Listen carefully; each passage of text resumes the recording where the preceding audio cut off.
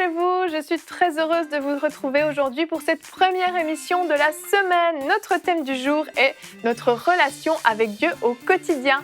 Et comme chaque jour, nous allons commencer avec la pensée du jour et aujourd'hui, c'est Jérémie qui va nous l'apporter. Nous continuerons avec la rubrique Culture et Médias. Annabelle nous présentera le livre La nourriture de la santé de Kenneth Hagin et elle nous présentera également l'album de Dan Muten, Majestueux. Nous continuerons avec Kevin qui viendra nous partager le témoignage d'Adrien qui est déterminé à suivre Jésus malgré une enfance difficile et de nombreuses addictions. Ensuite, nous aurons la rubrique Jonathan dis-nous tout. Jonathan nous dira tout sur ce que représente et signifie la manne pour le peuple d'Israël. Et pour terminer, Mina, comme chaque lundi, viendra nous rejoindre sur le plateau. Elle nous présentera les coulisses de la venue du pasteur Georges Amwako. Voilà, vous connaissez le programme. On va rejoindre les chroniqueurs.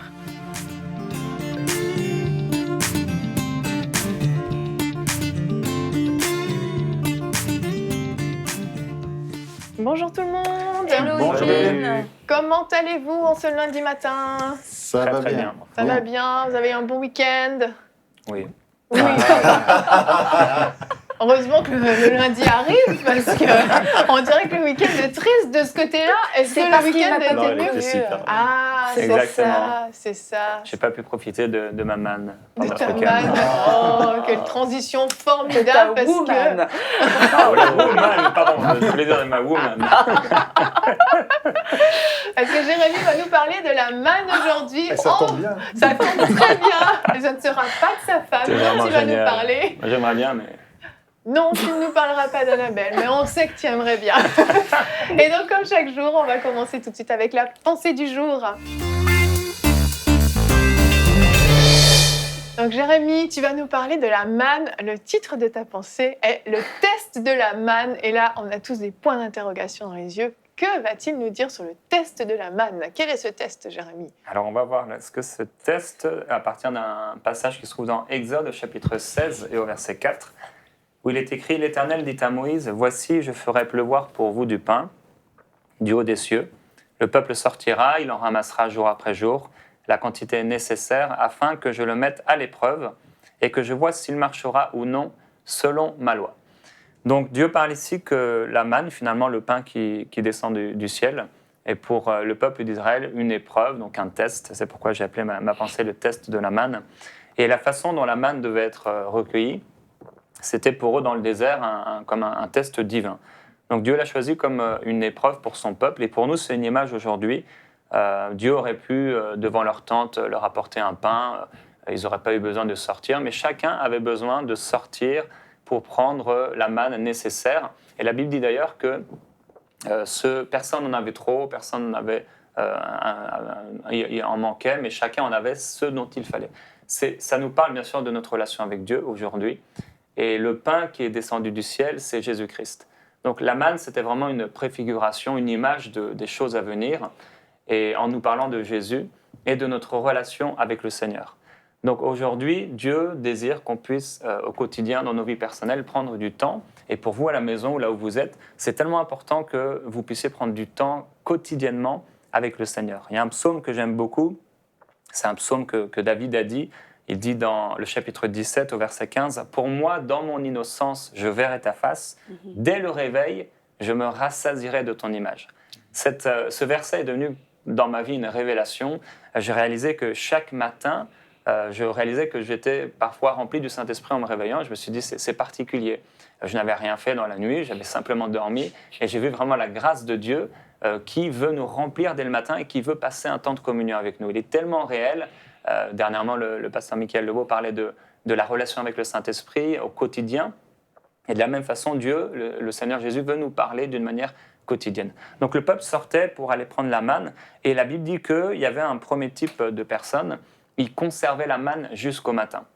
Et en fait, la manne, au matin, elle fondait. Dieu avait dit, vous mangerez cette manne-là, vous n'en laisserez pas. Et c'est un peu l'image de la Pâque, ils devaient manger la Pâque et ne rien laisser. Et c'est vraiment l'image de notre relation avec Dieu. Et ça veut dire qu'il n'y a pas de quantité, chacun prend ce dont il a besoin, mais c'est important de passer du temps avec Dieu, le temps dont j'ai besoin. Et peut-être ce ne sera pas tous les jours pareil, on ne peut pas se mettre des lois, 1 heure, je vais prier 1 heure tous les jours, etc. Et c'est important de passer du temps dans votre vie avec le Seigneur quotidiennement, selon vos besoins. Il y a des jours où on a vraiment besoin de passer du temps avec le Seigneur plus que d'autres.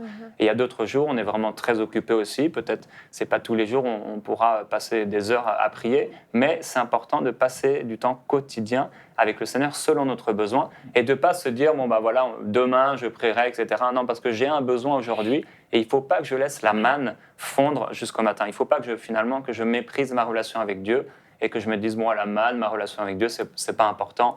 Demain, on verra. Parce qu'à force de remettre au lendemain, finalement, on perd notre relation avec le Seigneur. Jésus dit, ma chair est vraiment une nourriture et mon sang est vraiment un breuvage. Et il dit encore dans Jean 6, 51, « Je suis le véritable pain descendu du ciel, le pain vivant. » Il dit, « Si quelqu'un mange de ce pain, il vivra éternellement. Et le pain que je lui donnerai, c'est ma chair que je donnerai pour la vie du monde. » Donc ça, c'est le premier type de croyants. Ce sont les gens qui laissent la manne jusqu'au lendemain. Et dans notre relation avec Dieu, c'est comme dans notre relation avec notre épouse ou notre époux. Si vous êtes une femme, vous devrez normalement avoir une relation quotidienne. Avec mon épouse qui est là et qui m'écoute en ce moment. À part de rares exceptions, même quand on est en voyage, on s'appelle. Et le peu de fois où j'ai pas pu l'appeler, elle n'était pas très contente.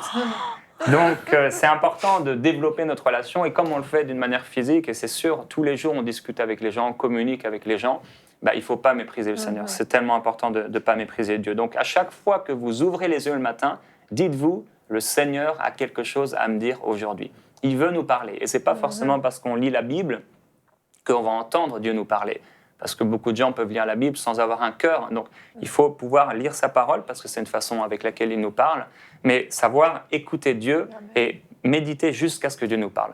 Deuxième type de croyants, pour terminer rapidement, c'est ceux qui sortent le 7e jour. Moïse avait dit, Dieu avait dit à Moïse de dire au peuple, voilà, le 7e jour, personne ne sortira, mais le 6e jour, je leur donnerai 2 fois plus de manne. Donc, ils avaient tout ce qu'il fallait le 6e jour pour que le 7e jour, qui était le jour du repos, ils aient assez. Et pour nous, c'est aussi une image aujourd'hui, en tout cas, j'ai trouvé, de se dire, c'est vrai, tous les jours sont importants, il n'y a pas aujourd'hui de jours plus importants que d'autres.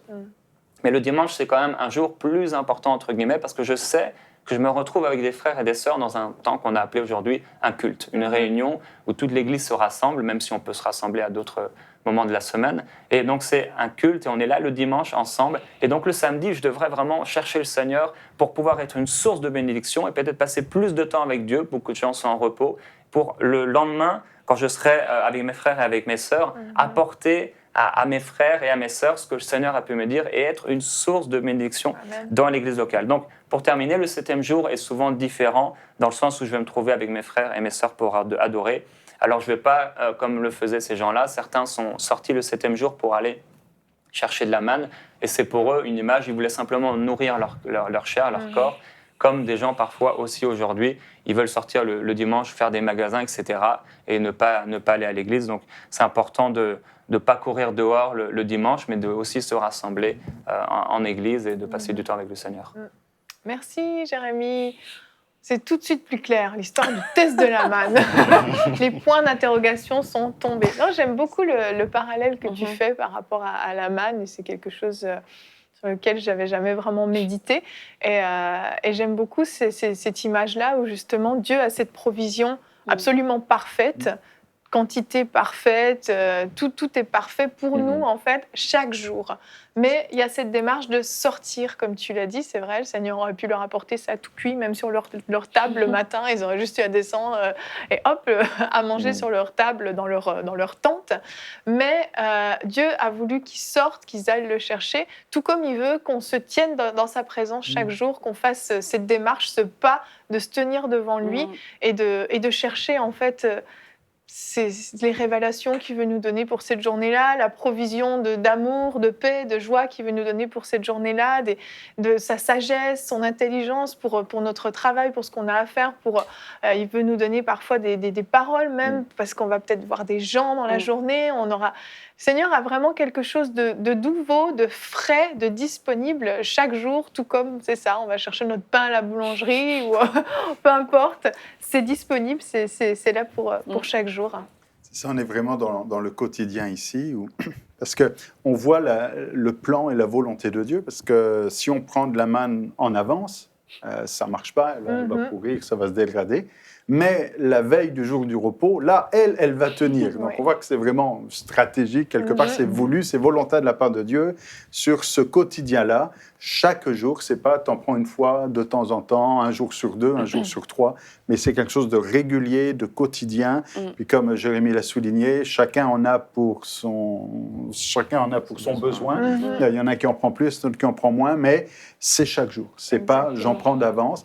Et aujourd'hui, dans la vie chrétienne, il faut rester dans ce quotidien aussi.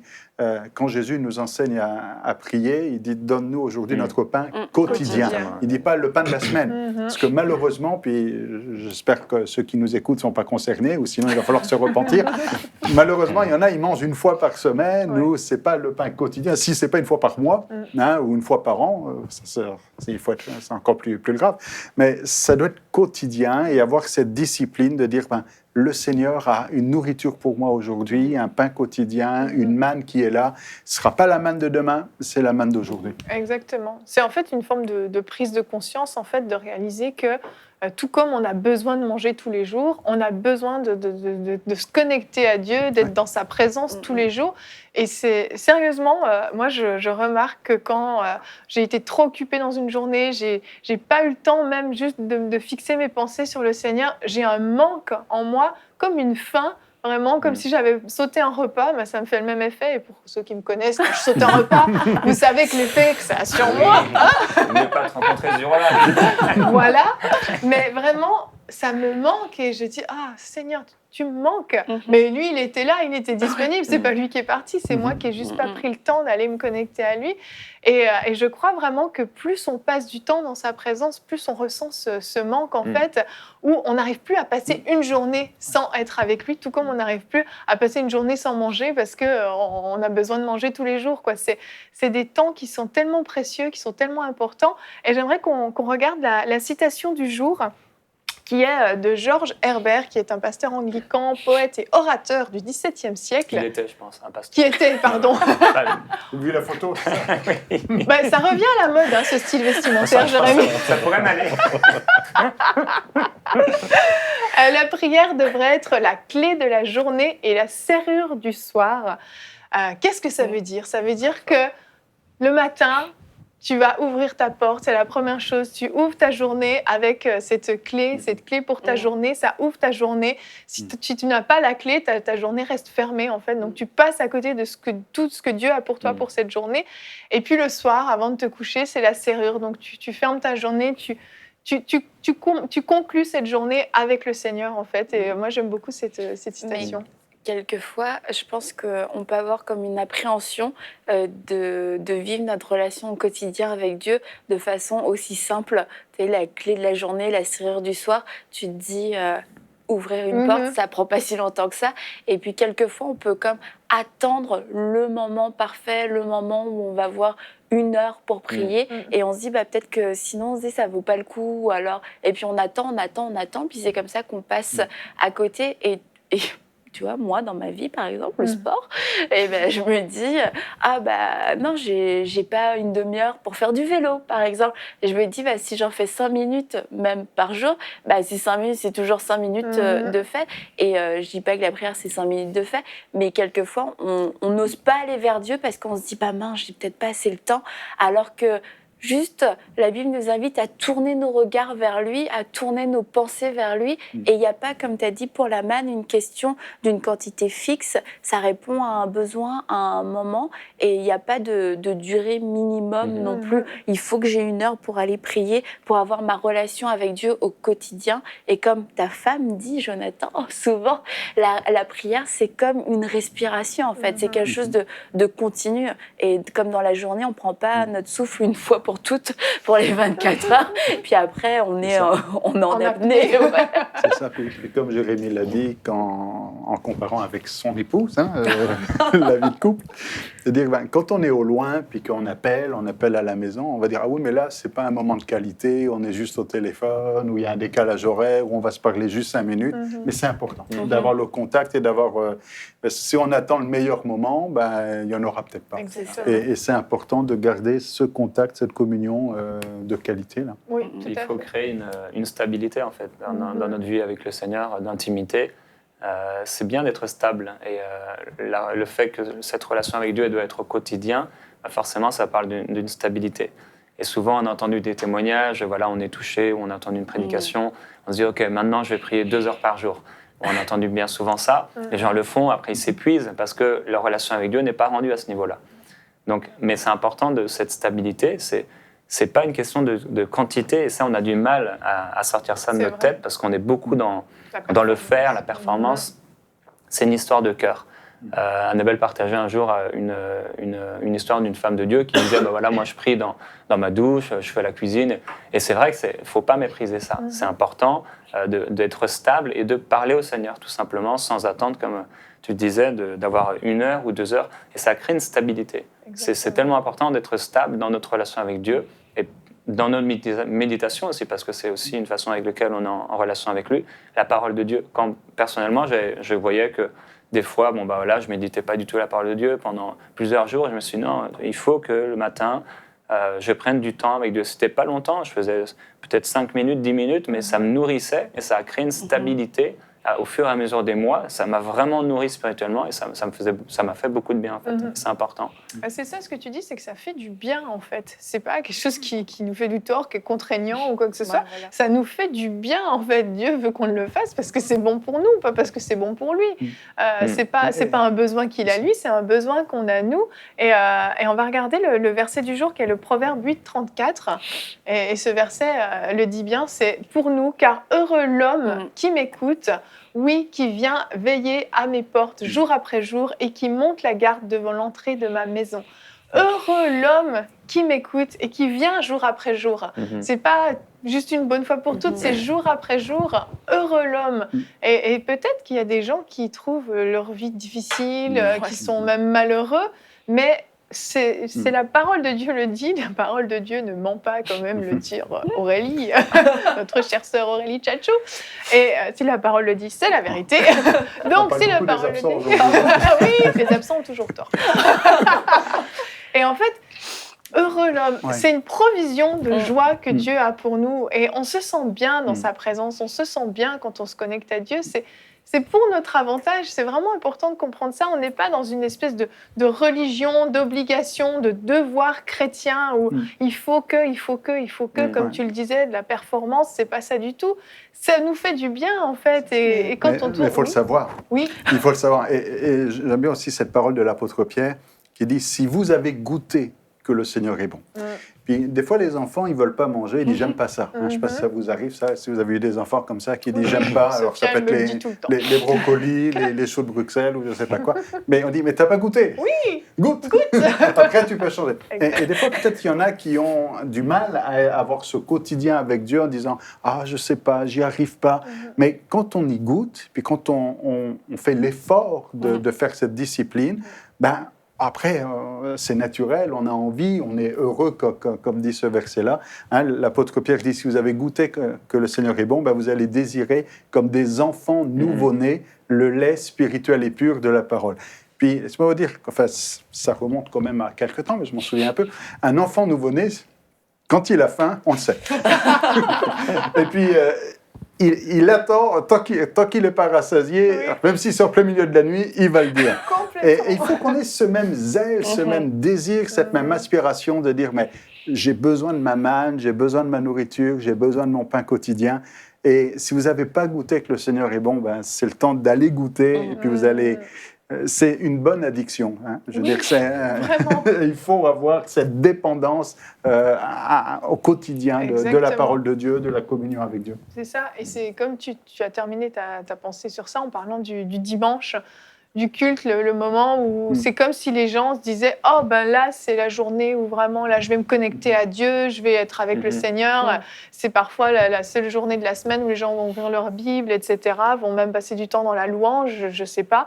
Et on a posé une question aux téléspectateurs dans le sondage pour savoir justement, lorsque vous arrivez à l'église le dimanche, combien de temps prenez-vous pour vous connecter à Dieu ? Et on a Il y a beaucoup de 55%. menteurs. Il y a beaucoup de menteurs. Oui, c'est souvent dans le sondage. Je pense Non, qu'il y a des on peut réponses pas- qui sont On peut pas politiquement juger sur, correctes. Ça fait une enquête. Et 55% nous disent je suis déjà connecté en arrivant. Gloire à Dieu. Gloire à Dieu, Gloire à franchement, gloire à Dieu pour ça, oui. Je On ne pense sait que pas si c'est depuis le stationnement qu'ils sont connectés. ça peut arriver, ça peut arriver. Moi, je me connecte ça. souvent dans ma voiture, je l'avoue, Ah. c'est dans ma voiture. Le temps de louange, pendant le temps de louange, 35%. Donc, on voit que vraiment la louange est importante dans nos cultes du dimanche parce que c'est vraiment le moment où, justement, tous ceux qui n'ont pas forcément pu entretenir cette relation durant la semaine vont vraiment se connecter à Dieu. Pendant la prédication, 0. Donc, apparemment, la prédication n'inspire pas. Ils sont connectés avant. Ils sont connectés avant. J'espère pour Oui, il se déconnecte. Ou ils se déconnectent pendant le message. 30% lorsqu'il y a un mouvement du Saint-Esprit, ça c'est sûr que ça aide, mais ça n'arrive pas tous les dimanches et puis ça ne doit pas être notre moyen de nous connecter, mais c'est certain que ça aide. Et puis 7% quand même qui ont dit j'ai souvent du mal à me connecter à Dieu, à l'Église. Donc je trouvais que c'était quand même beaucoup, 7% qui ont du mal à se connecter parce que ça signifie que si on a du mal à se connecter à l'Église, généralement on a du mal à se connecter pendant la semaine aussi parce que l'Église c'est comme un package déjà tout fait, là, un petit kit qu'on nous donne tout frais, tout sur la table où tu as juste à te servir. Donc voilà pour notre sondage. Je trouvais que les résultats étaient intéressants. Annabelle, tu aimes les résultats du sondage? Oui, 55%, franchement. Mais est-ce que tu réponds au sondage, Annabelle? C'est la grande question. Non, parce que quelquefois, je me demande si ça c'est va vraiment influencer. anonyme. Mais oui, c'est Rassure-nous, anonyme. C'est Evelyne. anonyme. Je tiens à le C'est bien, il faut préciser. rassurer. Je tiens à le préciser, c'est anonyme. Moi-même qui récupère les résultats, je ne vois pas qui a inscrit quoi. Donc on ne va pas appeler ceux qui ont mis 0. On ne vous appelle 0, il n'y a personne. Donc, Donc on ne va pas vous appeler. donc voilà pour notre sondage. Je vous rappelle qu'il est disponible sur le Facebook d'Enseigne-moi EMCI TV. Voilà, on va continuer avec notre rubrique Culture et Médias. Annabelle, tu vas nous parler du livre de Kenneth Hagin, La nourriture de la santé. J'ai un petit peu de mal avec ce titre. La nourriture de la santé, on c'est le dira ça. pas trop souvent. Non. Oui, donc la nourriture de la santé, pour poursuivre dans le thème dans lequel on était aujourd'hui, c'est un dévotionnel. Donc un dévotionnel, c'est un livre, comme tu le sais Jérémy, qui se lit chaque jour. Et, Avant de il y a combien de commencer, jours dans parce l'année qu'on va peut-être juste regarder la petite vidéo Ah bon, de d'accord. présentation, je te coupe.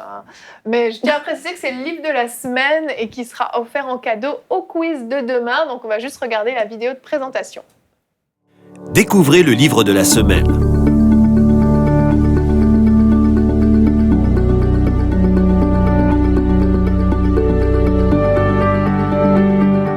Disponible sur maboutiquechrétienne.com. Voilà, comme ça tout le monde a vu le livre sous toutes ses tout le monde veut le coutures. gagner maintenant. Tout le monde veut le gagner. Et je vous comprends, parce que, comme je le disais, c'est un dévotionnel. Donc, c'est un livre qui se lit de façon quotidienne. Et la nourriture de la santé, c'est un mot pour chaque jour, une pensée sur chaque jour.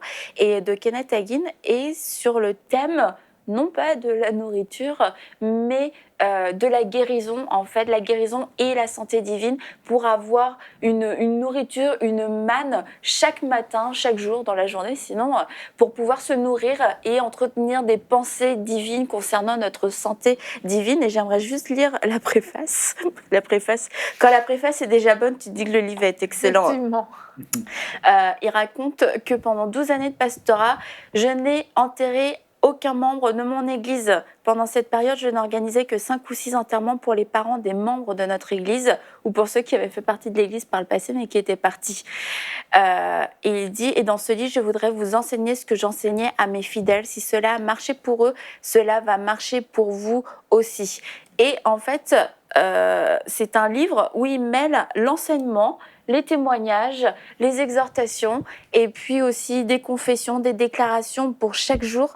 Et c'est super agréable à lire. Le piège de ce livre, c'est qu'il raconte des histoires genre sur plusieurs jours. Donc tu commences à lire le 10 juillet, t'as pas la fin de l'histoire, donc tu lis le 11 et puis bah, pourquoi pas le 12. Donc finalement tu lis... Non, c'est- on n'a pas le droit de faire La manne, ça, la manne, Annabelle. Ouais, mais c'est difficile de s'arrêter au jour même parce que il termine son histoire et il l'a pas terminée, donc tu veux le savoir. Mais bon, en dehors de ça, il est vraiment super. Et j'aimerais vous partager un ou deux petits témoignages que j'ai lus dans ce livre-là d'une dame. Donc, je vous parlais de la santé divine. Et là, il parle d'une dame, Madame Foster, qui vivait dans le Texas. Et elle lui dit, elle disait à sa fille, « Te souviens-tu d'un moment où j'ai été malade au cours des dernières 40 années ?» Et sa fille lui dit bah non en fait, mais j'ai toujours pensé que tu étais d'une bonne constitution. Elle dit non, j'ai accepté Christ comme celui qui me guérit et je ne suis plus malade depuis 40 ans. En fait, sache ceci, je vivrai et mourrai sans avoir de maladie ni d'infirmité dans mon corps. Retournez-y tous les deux pour en entendre parler. Alors elle disait retournez à cette réunion parce que vous allez découvrir Jésus et le jour d'après, quand tu veux savoir ce qui lui arrive à Madame Foster, bah, tu vas au jour d'après et tu apprends qu'elle a 94 ans et qu'elle faisait son lit et balayait sa chambre tous les jours et qu'elle faisait la vaisselle et qu'elle nettoyait aussi la cuisine tous les jours et qu'elle faisait quoi encore ? Elle cousait, voilà, elle cousait et elle lisait sa Bible tous les jours et ça faisait 40 ans et cette femme était dans une santé divine et elle avait dit je ne mourrai pas de maladie et puis finalement le jour encore d'après On sent que ça a généré beaucoup de frustration Antoine. Ouais, je voulais me cantonner à la manne quotidienne. Elle aurait eu du mal avec la manne, hein. Le test de la manne elle n'aurait pas passé. Hein. Et tu apprends qu'elle est partie en effet absolument sans maladie. Elle a dit aujourd'hui je rentre chez moi et elle a nettoyé sa cuisine, elle a fait la vaisselle, elle a recousu des chaussettes et puis elle a dit je repartirai chez moi et elle est repartie comme ça avec le Seigneur. Merveilleux. Et donc, la bonne déclaration de ce jour-là, c'est Dieu m'a promis une longue vie. Je choisis de vivre longtemps sur la terre, de partir rassasié après avoir vécu beaucoup d'années. Et je voulais lire ce témoignage-là parce que c'est le genre de livre, quelquefois on se dit, bah, je suis pas malade, j'en ai pas besoin. Mais on a besoin quotidiennement de s'entretenir sur la santé divine et notamment par rapport à la vieillesse parce qu'on peut envisager notre vieillesse, on peut envisager de vieillir de la mauvaise façon. Et puis cette femme avait la bonne perspective et la bonne attitude par rapport au temps qui passait.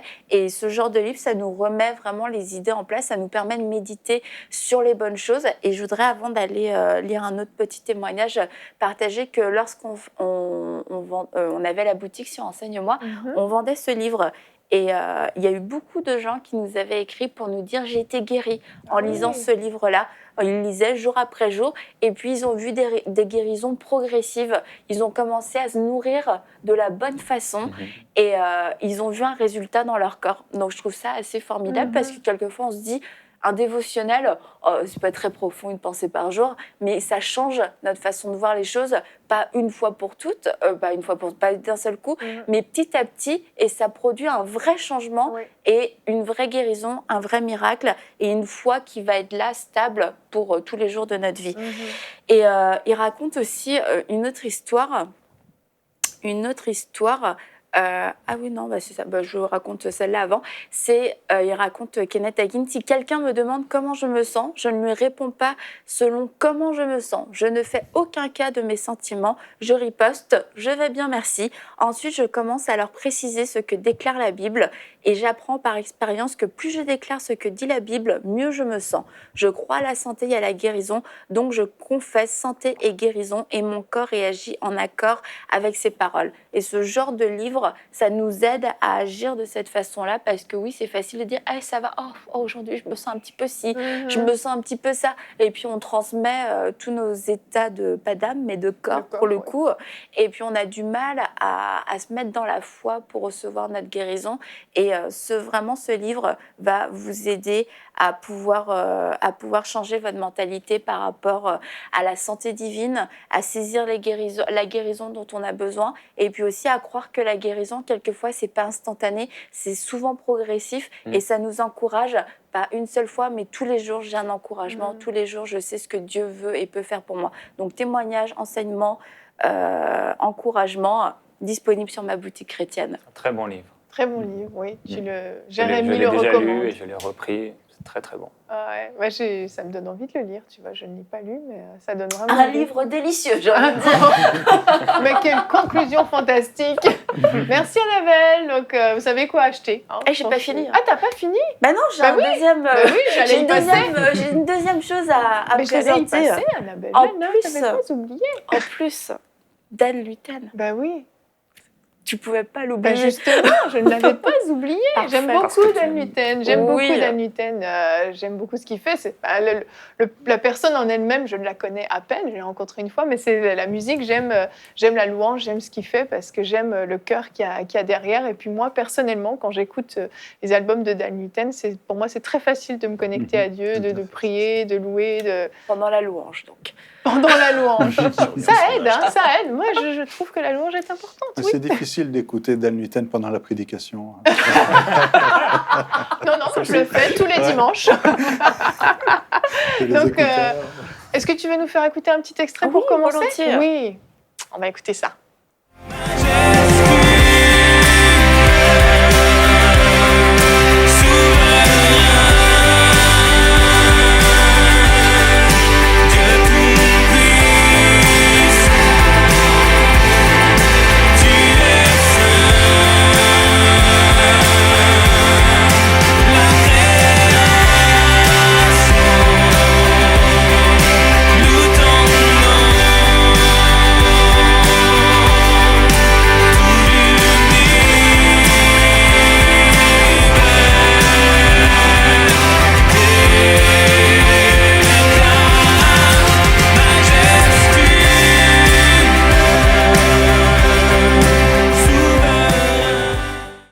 Moi, j'écouterais bien encore un peu, personnellement. C'est connecté.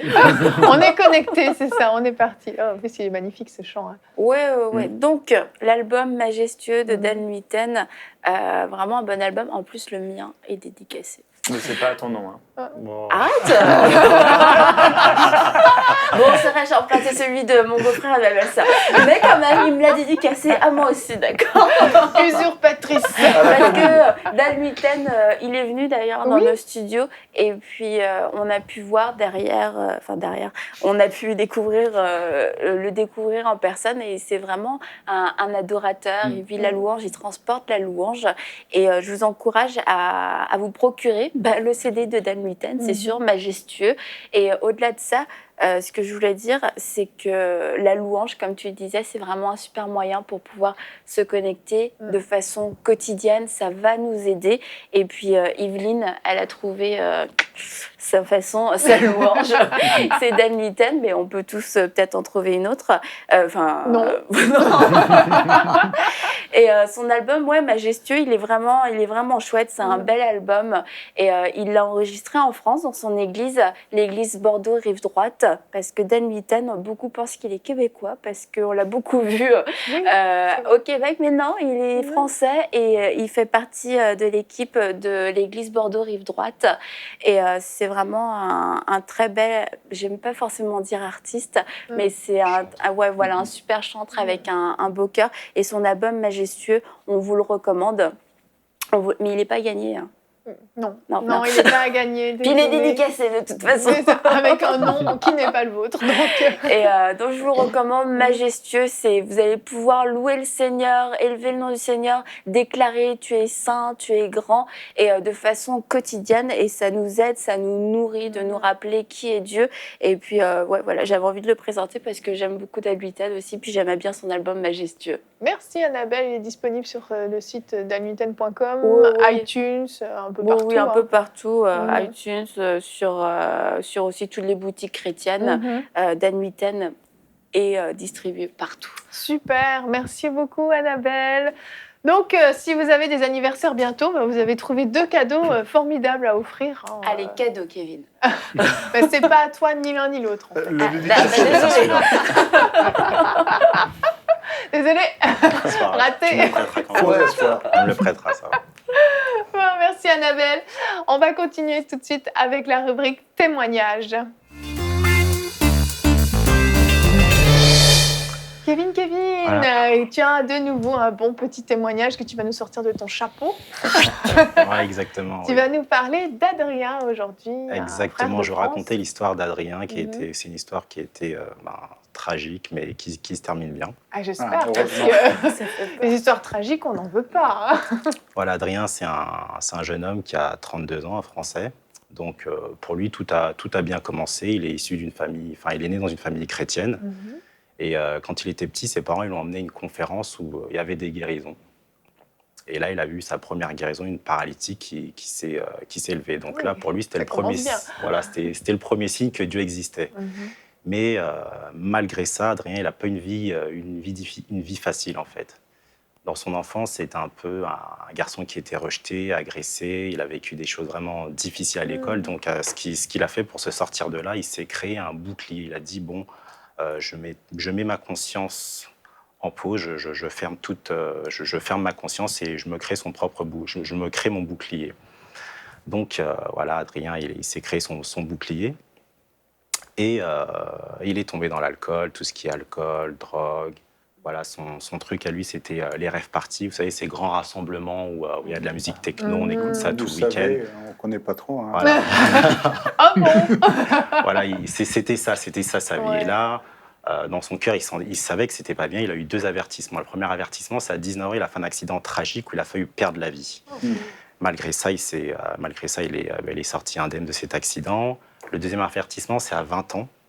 Il sortait d'une rave party, il s'est fait contrôler par les douanes et puis voilà, il était en possession d'héroïne et d'autres stupéfiants. Et il a été jugé, puis il a écopé de 6 mois de prison. Donc ça l'a vraiment calmé. Malgré ça, il cherchait, il essayait de se dépatouiller de cette vie. Il cherchait la face de Dieu. Ses parents étaient toujours là, ils priaient pour lui. Il l'a amené dans diverses réunions de prière, mais il n'y avait rien qui se passait. Et il a continué à persévérer, chercher la face de Dieu. Il a décidé de se baptiser en pensant que les choses allaient changer. Donc, il s'est baptisé, il a reçu le baptême du Saint-Esprit. Donc, c'est quand même une chose. Mais les choses persévéraient toujours. Cette vie tumultueuse persévérait toujours. Et là, ses parents, dans le désarroi, ils ont dit, bon, ils sortent la dernière carte, c'est la carte de la simplicité. Puis c'est là que vient la délivrance. Wow. Ouais, Quelle est cette carte d'une manière très douce et auquel on n'aurait pas pu s'attendre. Donc ses parents le conduisent à une lecture biblique qu'ils avaient l'habitude de faire entre amis. Donc voilà, ils se réunissent et puis lisent simplement la parole. Et là, Adrien, il entend un verset qui est Psaume 7, verset 11, qui dit « Mon bouclier est auprès de Dieu, il sauve ceux dont le cœur est droit. » Si tu te souviens, Adrien, il s'était créé son bouclier. Oui. Et là, sur une parole, il a été complètement guéri. Il a quitté tout ce qui est le monde de la drogue, l'alcool, les rêves parties, tout ça s'était terminé sur cette parole. Il a été guéri. Ah, c'est extraordinaire. Et Adrien nous a envoyé une vidéo d'ailleurs de son témoignage en version courte. Donc toi, tu as plus de détails parce que tu as échangé avec lui. Mais on va juste regarder sa vidéo, puis on pourra encore un petit peu en parler après. Bonjour, je m'appelle Adrien, j'ai 32 ans et je vis en Vendée. Et je vais vous parler de la façon dont Jésus m'a sauvé. J'étais quelqu'un de très sage et droit, mais des persécutions à l'école et de mauvaises fréquentations m'ont amené dans l'alcool et la drogue à 16 ans. J'ai mené une vie éloignée de Dieu malgré de multiples avertissements pour que je change, comme un accident de voiture qui a failli me tuer ou des problèmes avec la justice. Mes parents ont prié sans cesse pour moi sans aucun résultat. Ça a commencé à changer le jour où ils ont décidé de me confier dans les mains du Seigneur Jésus. C'est à partir de ce moment-là que j'ai eu la réelle volonté d'arrêter la drogue et l'alcool. Mais j'étais incapable tout seul. À chaque fois que j'essayais, c'était pour un temps seulement. Je ne pouvais y arriver sans l'aide du Seigneur Jésus-Christ, qui a déjà tout payé sur la croix. Je me suis fait baptiser et suis devenu une nouvelle créature, mais quelques mois après, je suis retombé pour me relever aussitôt grâce à la prière et Jésus. Il voulait me faire comprendre que je ne devais pas faire de compromis entre les choses du monde et lui, mais qu'il devienne la priorité dans ma vie. Je devais faire un ménage complet de toutes les choses qui n'étaient pas approuvées par Dieu, car sinon elles finiraient par laisser une porte ouverte pour que l'ennemi puisse attaquer. La leçon fut longue et douloureuse à apprendre, et j'espère qu'elle ne le soit pas pour vous. Remettez vos problèmes et votre vie dans les mains du Seigneur Jésus. Faites-lui confiance. Il doit passer en premier dans votre vie. L'émission Enseigne-moi m'a vraiment aidé à progresser dans ma vie de chrétien né de nouveau, ainsi que la lecture de la Bible. Car, comme il est écrit, mon peuple se meurt faute de connaissance. Soyez bénis au nom du Seigneur Jésus-Christ. Il raconte ça avec Vraiment. une telle légèreté, mais c'est un témoignage C'est frais, vraiment c'est- super profond en fait, parce que il vient de loin, ce Ouais, il jeune vient de homme. loin, Vraiment, il vient de très loin. Il chute, il revient, mais bon, le Seigneur l'a délivré. Ouais. Vraiment. Non. C'est merveilleux parce qu'on voit, il essayait d'arrêter par lui-même la drogue et toutes ses addictions, mais il n'y arrivait pas jusqu'à ce qu'il dise justement que le Seigneur lui a donné cette réelle volonté, puis capacité en fait d'arrêter toutes ses addictions. Et c'est merveilleux. Merci beaucoup, Kevin. De rien. On aime les témoignages comme ça. On aime Puis ça, peut-être c'est... pour les parents ou les amis qui ont des connaissances, hein, Mhm. soit des enfants ou un neveu ou un petit-enfant qui est dans une situation tragique comme ça en disant mais là il est dans une mauvaise voie, une impasse. Ben, c'était le cas d'Edwin. À un moment donné, les parents disaient mais qu'est-ce qu'il fait notre fils là? Mais ils l'ont remis entre les mains du Seigneur, ils ont prié, ils ont persévéré, Ils ont persévéré. simplement, ils ont cru. Et aujourd'hui, ben, il faut persévérer, il faut le croire, il ne faut pas capituler, Oui. mais le Seigneur fait de grandes choses. Exactement. Si c'était possible pour Adrien, c'est Bah possible pour d'autres aussi. Hein. Il y a toujours de l'espoir, en fait. Il y a toujours de l'espoir. Merci, Kevin. Et on va continuer avec la rubrique Jonathan, dis-nous tout. Jonathan, tu vas tout nous dire aujourd'hui sur la manne et ce qu'elle représente pour le peuple d'Israël. Ton iPad nous dit Il bonjour. fait du bruit, ouais, Mais ouais, oui, ouais, il a ouais. raison, il se manifeste. Il dit c'est à toi, Jonathan. C'est parce que j'ai lancé le top chrono. Ah, c'est ça, c'est que Jonathan il est sur le timer, c'est parfait ça. Donc oui, c'est ça, aujourd'hui tu vas nous parler de la manne et Oui. c'est super intéressant de voir en fait ce que représente vraiment la manne et qu'aujourd'hui ça représente encore quelque chose pour le peuple juif, c'est pas juste quelque chose de passé. Donc on va Ça, t'écouter. dans la pensée du jour, donc on a parlé de la manne, Oui. on sait ce que c'est, on connaît l'histoire. La semaine passée, on a parlé de ce qu'il y avait dans le coffre de l'Arche de l'Alliance. Exactement. Et Hébreux 9.4 nous rappelle qu'il y avait dans l'Arche de l'Alliance 3 choses. Il y avait un vase d'or contenant la manne, la verge d'Aaron qui avait fleuri, et l'étape de l'Alliance. Donc, la manne est là au centre de l'histoire d'Israël. On se souvient de l'alliance que l'on a avec Dieu, et la manne est là. Il n'y avait pas les ossements d'écailles, où il n'y avait pas un autre morceau de souvenir. Non, la manne est devenue quelque chose d'important et d'identitaire. Et aujourd'hui encore, quand les Juifs font le Shabbat, le sabbat, la manne est là. En souvenir de la manne, ils posent les deux halot, Halot. c'est ça, c'est-à-dire les morceaux de pain. Je crois qu'on Oui, on a une un photo visuel, là. Exactement, Et oui. c'est le pain spécial du Shabbat qui est tressé. Bon, ça c'est encore une autre histoire, c'est pour rappeler les. Enfin, on va pas rentrer là-dedans. Mais c'est le pain du Shabbat. Oui. À Pâques, c'est pas le même pain parce qu'à Pâques c'est des pains sans levain. Ok. Et ici c'est du pain avec du levain. Donc ce Et pain-là représente la manne. Pour Voilà. vous. C'est une représentation de la manne. c'est la culture juive. Oui. Et aujourd'hui, quand tous les Juifs font le Shabbat, il y a le pain du Shabbat qui représente la manne avec ce qu'on voit dessus, là, le genre de tissu petit qui est linge, là, dessus, oui. qui représente la rosée, la couche de rosée qui couvre la manne. Et donc, les sages, les rabbis aujourd'hui vont dire les aliments du Shabbat sont comparables à la manne. Une manne qui est délicieuse, disent les sages, et les rabbis se sont posé la question en disant mais ça goûte quoi la manne? Oui. Alors ils en sont arrivés à la conclusion que la manne prend le goût de ce qu'on désire manger. C'est super. Mais oui, mais pourquoi oui, pas pourquoi pas. Et de dire que la manne, finalement, avait le goût que ce que la personne voulait ou désirait. C'est-à-dire que pour l'un, ça avait peut-être un goût de sundae aux fraises, je ne sais pas, ou pour l'autre, un goût de viande, un goût de gâteau. Bon, des fois, on parle de gâteau au miel. Bon, enfin. Un goût de concombre, il réclamait des concombres. Mais que la manne, en fait, avait le goût qui satisfaisait le besoin de la personne. Ouais. C'était pas le goût de quelqu'un d'autre en disant lui il aime ça et puis moi je mange son goût. Non, la manne, enfin c'est ce que disaient les rabbis ici. Et on est arrivé progressivement dans la culture juive à cette idée que la manne c'est une nourriture spirituelle. C'est bien plus que venir ici prendre soin de leur corps parce qu'ils étaient dans le désert et qu'il n'y avait rien à manger. Puis que s'ils ne mangeaient pas, ils allaient tous mourir. Mais que c'était une nourriture qui était spirituelle, un principe d'expérience spirituelle, plus qu'un aliment. Il y avait ici une nécessité d'être rempli de sainteté et ça venait répondre à quelque chose de hautement spirituel. Ah oui. Je fais référence à Rabbi Jacob. Rabbi Jacob qui est un film avec... Non, c'est pas ça. Ah bon? Pas Louis de Funès. C'est pas Rabbi Jacob, c'est pas Louis de Funès. Non. Ok, parce que je ne voyais pas trop le rapport, mais je suis tout oui. Non, parce qu'il y en a eu plusieurs des Rabbi Jacob. Ici, je fais référence à Rabbi Yaakov ben Asher. Donc, en 1200, 1270, 1343. Pas tout à fait l'âge de Louis de Funès, C'est effectivement. ça. Mais C'est un donc, ami de Georges Herbert. pourquoi est-ce que je vais chercher ce rabbin? Parce que dans un vieux commentaire, Bal Arturim, il dit que la loi a été donnée à ceux qui mangent la manne.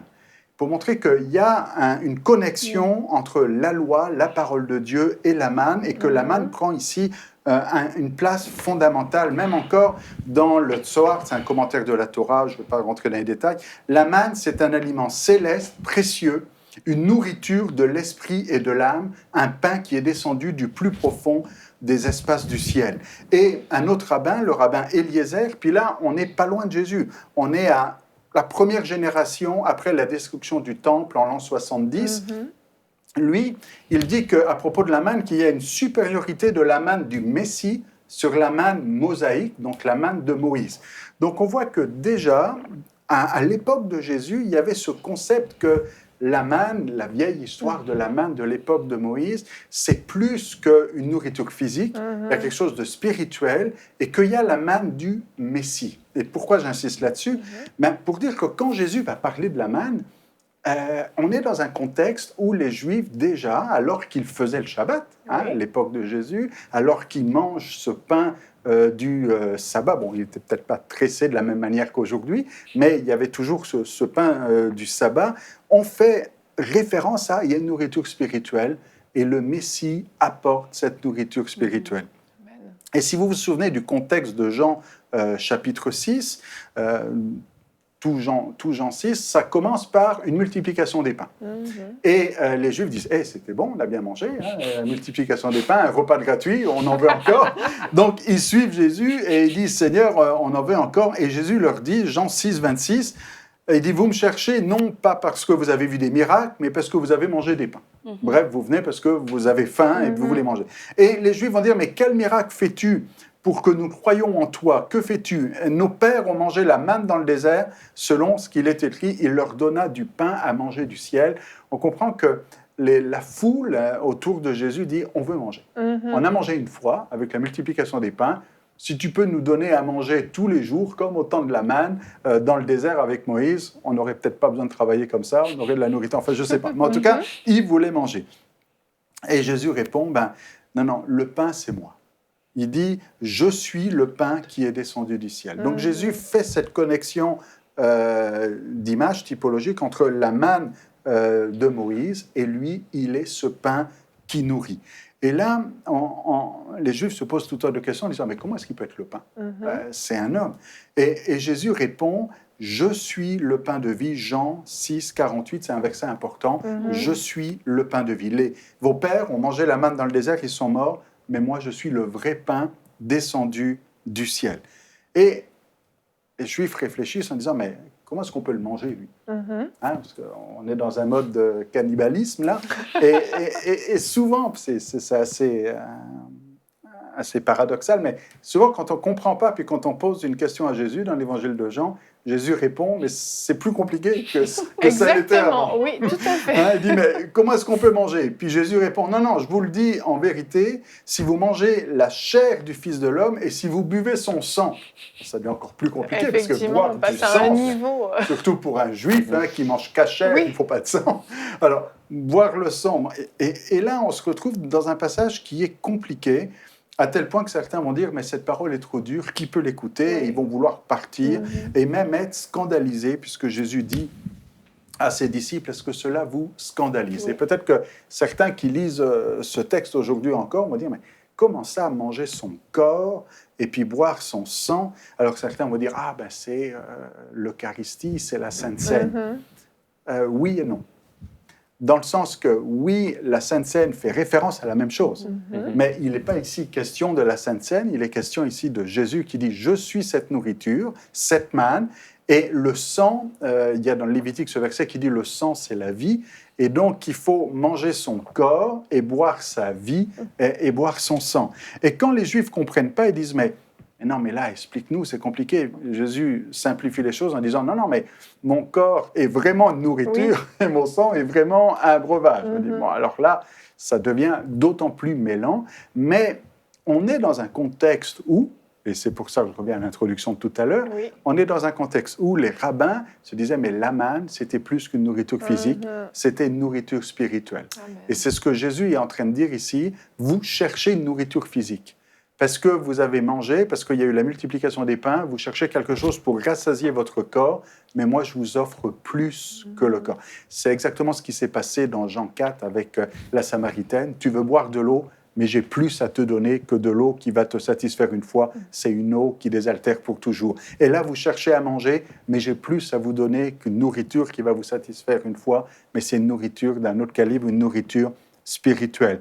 Et la clé, pour ceux qui auraient du mal à comprendre ça, la clé de ce passage-là, c'est Jean chapitre 6, verset 63, où Jésus dit, c'est l'esprit qui vivifie, la chair ne sert à rien, les paroles que je vous ai dites sont esprit et vie.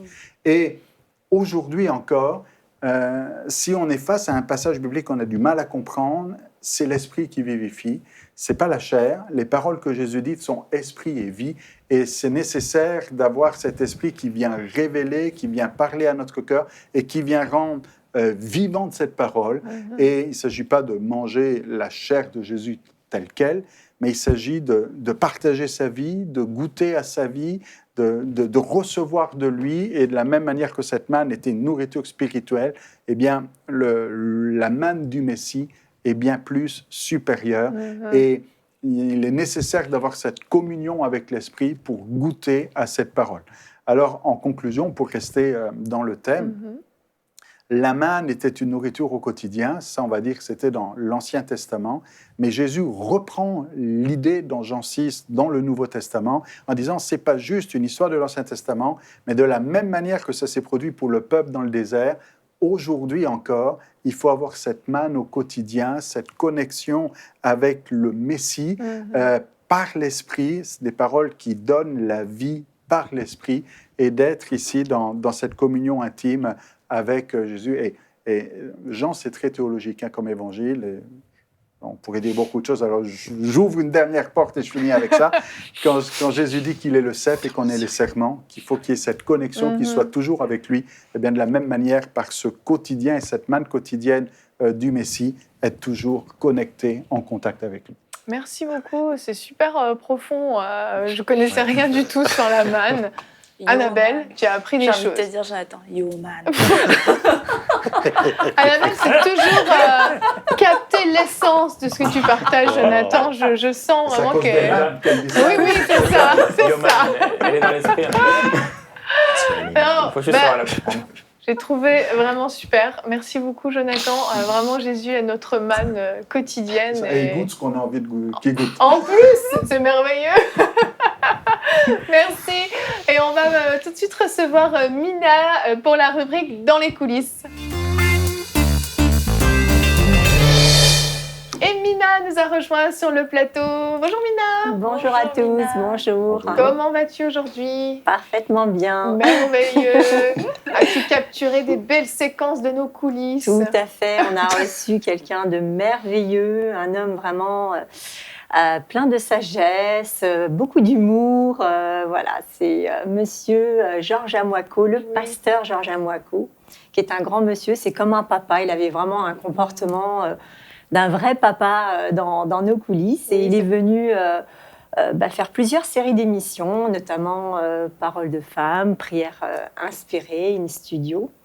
Il nous a bénis vraiment de ses enseignements. C'est un pasteur qui est plein de révélations et d'une grande douceur, vraiment. Et là, la petite surprise que je voulais faire à nos téléspectateurs, c'est le moment de complicité qu'il y a eu entre Annabelle, Anne Berceau et le pasteur sur le plateau de Paroles de femmes, où il y a eu une grande question, à savoir... Très théologique. Très théologique, il faut le dire. Combien pouvait boire un chameau Et surtout, vraiment une chose très importante, en combien de temps? Oui. Parce que je pense que tout le monde se pose la question. On a vraiment besoin de avoir ce genre d'informations. Et donc cette vidéo, je l'ai appelée La Sagesse parce que c'est ce pasteur, Georges Amoako, qui nous vient de la Côte d'Ivoire, a eu la sagesse non seulement de recueillir les informations, vous allez voir, depuis, Dans l'émission de Parole de dans Femme. l'émission de Parole de Femme, pour pouvoir les représenter de nouveau dans l'émission In Studio. Donc j'ai trouvé ça vraiment extraordinaire. Et donc j'ai 2 versets pour accompagner cette vidéo, pour présenter Pasteur Georges Amoako. C'est Proverbe 15, verset 33. La crainte de l'Éternel enseigne la sagesse et l'humilité précède la gloire. Et mon 2e verset, c'est Philippiens 2, verset 3. Ne faites rien par esprit de parti ou par vaine gloire, mais que l'humilité vous fasse regarder les autres comme étant au-dessus de vous-même. C'est un homme vraiment, si je dois retenir quelque chose de cet homme, c'est vraiment cette accessibilité. Vraiment, c'est un homme avec lequel on peut discuter de tout, c'est le cas de le dire, et puis aussi de la parole. Et on a eu l'occasion d'aller le chercher à son hôtel. Et ce qui nous a frappé, c'est que quand on est arrivé, eh bien, il était en train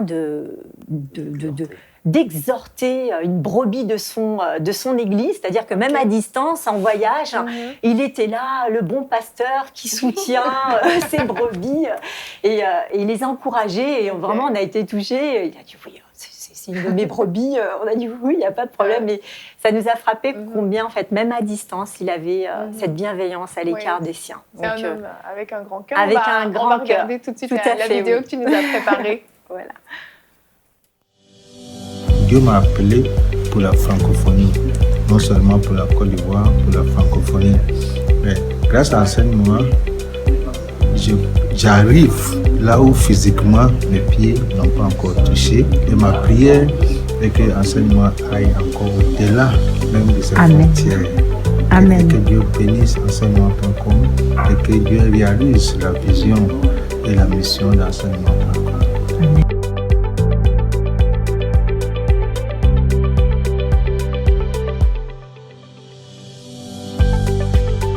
Pasteur, vous préférez faire parole de femme ou prière inspirée? Mais je préfère parole de femme. Est-ce qu'elle vous apprend quelque chose? Si, j'apprends beaucoup de choses. J'ai posé la question, combien de litres d'eau un chameau fait? Moi, je ne savais pas. Annabelle a donné... Annabelle a donné la réponse. La réponse. Et Anne aussi a donné rapidement un chameau, combien de minutes, combien de fois il faut boire. Alors, en tout, on a vu qu'il faut environ 9 heures. Alors, moi, je n'ai pas préparé ça. Et ce sont les choses que j'ai aussi appris. Dans mon prochain message, quelque part. Nous avons des experts en chameau. Et combien de litres d'eau un chameau peut boire? 130 à 150 litres d'eau par chameau, fois 10. C'est un travail de 5 à 10 heures. Les femmes là sont formidables. Amen. Ça nous fait beaucoup rire parce qu'on a assisté à tout ça et c'était vraiment drôle. Donc, si vous vous demandez d'où vient l'inspiration du pasteur Georges Amoako, c'est Parole de Femme. Voilà, vous savez Annabelle, Sandrine, ainsi que Anne experte en chameau. Est-ce qu'un chameau qui a 2 bosses boit 2 fois plus qu'un dromadaire qui a qu'une bosse? On en parlera. Jonathan Donc merci beaucoup Mina, merci pour ta petite rubrique dans les coulisses. Et demain, nous allons répondre au sondage. Pensez-vous que Dieu soit l'auteur des malheurs qui vous arrivent? Oui toujours, oui parfois ou non jamais. Donc demain, nous allons parler que Dieu n'est pas l'auteur de nos malheurs et nous aurons notre invité spécial Audrey Mac qui sera avec nous pour nous apporter la pensée du jour. Et nous continuerons avec le quiz. À demain, bonjour chez vous.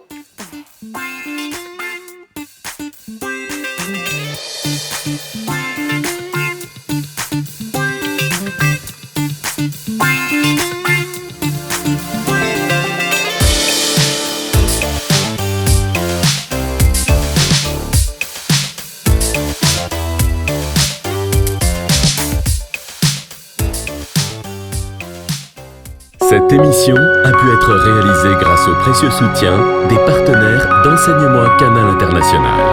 Retrouvez tous nos programmes sur emcitv.com.